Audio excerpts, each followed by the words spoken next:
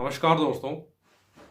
Pharmaceutical sector का जब जिक्र होता है तो जो पहली तस्वीर सामने आती है वो है भारत की। जी हाँ दोस्तों, 200 से भी अधिक देशों में इंडियन मेड मेडिसिन एक्सपोर्ट की जाती है, जो टोटल ग्लोबल मेडिसिन एक्सपोर्ट का 20% है।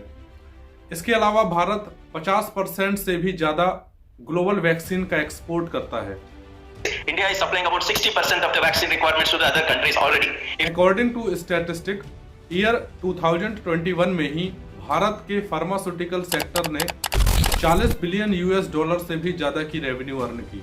अब ऐसा नहीं है कि भारत के फार्मास्यूटिकल सेक्टर ने ग्रोथ का ये मुकाम रातों रात हासिल किया हो, बल्कि इसके पीछे कई डेवलपमेंटल चैलेंजेस हैं जो इस सेक्टर ने फेस किए हैं।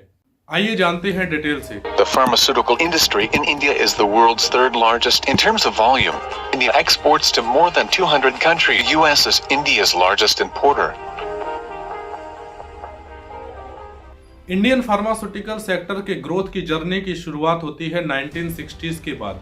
इस समय तक कई multinational pharma giant patented product के द्वारा इस सेक्टर में अपनी मोनोपोली को बनाए हुए थे। 1950s और 60s तक ये global pharma giant patent law को यूज करके एक मैसिव प्रॉफिट कमा रही थी। दोस्तों, हम सब जानते हैं कि हेल्थ एक बेसिक ह्यूमन राइट है, लेकिन कॉस्टली मेडिसिन इस बेसिक ह्यूमन राइट को पुअर पॉपुलेशन को पाने में एक मेजर चैलेंज है। और इसी चैलेंज को ओवरकम करने के लिए एमएनसी फार्मा जायंट्स के खिलाफ असली लड़ाई की शुरुआत की सिप्ला कंपनी के मालिक यूसुफ हमीद ने।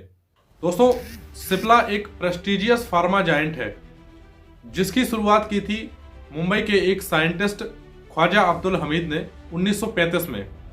ख्वाजा अब्दुल हमीद एक नेशनलिस्ट होने के साथ साथ महात्मा गांधी के फॉलोअर भी थे, इसलिए सिप्ला का इनिशियल मोटिव ही पुअर पॉपुलेशन को एक अफोर्डेबल प्राइस पर मेडिसिन को अवेलेबल करवाना था। वर्ल्ड वॉर सेकेंड के समय भी सिप्ला ने बर्मा और अदर साउथ ईस्ट कंट्रीज में मलेरिया, डिसेंट्री और डायरिया जैसी गंभीर बीमारियों के ड्रग अवेलेबल करवाए। इन्हीं ख्वाजा अब्दुल हमीद के बेटे थे यूसुफ हमीद, जिनकी चर्चा मैंने वीडियो की शुरुआत में की थी। ईयर 1961 में यूसुफ हमीद कैम्ब्रिज यूनिवर्सिटी से अपनी PhD खत्म करके इंडिया आ गए और सिप्ला को इंडिया में लीड करना शुरू किया। यूसुफ हमीद ने कई और फार्मा कंपनीज के साथ मिलकर इंडियन गवर्नमेंट से 1911 के पेटेंट लॉ को रिपील करने की मांग की और उनके इसी एफर्ट के बाद इंडियन गवर्नमेंट ने 1970 में एक नया पेटेंट एक्ट पास किया जिसमें कई पेटेंट लॉ को रिलैक्स किया गया। नए लॉ के बाद इंडियन फार्मास्यूटिकल कंपनीज ऐसे ड्रग के लो कॉस्ट जेनरिक वर्जन को बना सकती थी जो अदर कंट्रीज में पेटेंटेड थी। पेटेंट लॉ में रिलैक्सेशन के बाद कई फार्मा कंपनीज ने मैसिव प्रोडक्शन शुरू किया, जिससे भारत की डोमेस्टिक रिक्वायरमेंट के साथ साथ फॉरेन एक्सपोर्ट में भी एक बूम आया। साल 1999 में जब WHO ने अफ्रीकी देशों में एड्स को एक मेजर थ्रेट अनाउंस किया तो सिप्ला ने बहुत ही लो कॉस्ट पर अफ्रीकी देशों को एड्स की दवाई सप्लाई करके लाखों लोगों की जान बचाई। इंडियन फार्मा कंपनीज की ये ग्लोबल इमेज विदेशों में भारत की सॉफ्ट पावर को एनहेंस करती है। लेकिन रिसेंटली दो बड़े ऐसे इंसिडेंट हुए जिसने भारत की फार्मेसी ऑफ द वर्ल्ड की इमेज को बहुत ही बड़ा नुकसान पहुंचाया। अफ्रीकी देश गाम्बिया और सेंट्रल एशियन कंट्री उज्बेकिस्तान में इंडिया मेड कफ सिरप को पीने के बाद कई बच्चों की मौत हुई। अब किसी भी मेडिसिन के द्वारा बच्चों की मौत होना एक बहुत ही अनफॉर्चुनेट इंसिडेंट है, लेकिन इसके लिए किसी भी देश ने भारत को डायरेक्टली ब्लेम नहीं किया। उज्बेकिस्तान की हेल्थ मिनिस्ट्री ने अपनी ऑफिशियल वेबसाइट पर पब्लिश किया कि बच्चों को मेडिसिन बिना डॉक्टर के प्रिस्क्रिप्शन के दिया गया। रीजन कुछ भी रहा हो दोस्तों, लेकिन इन दो बड़े इंसिडेंट्स के बाद WHO से आए बयानों ने भारत की फार्मा इंडस्ट्री की इमेज को खराब जरूर किया है। अब ऐसा भी नहीं है कि इन इंसिडेंट्स के बाद भारत सरकार ने कोई बड़ा कदम नहीं उठाया है।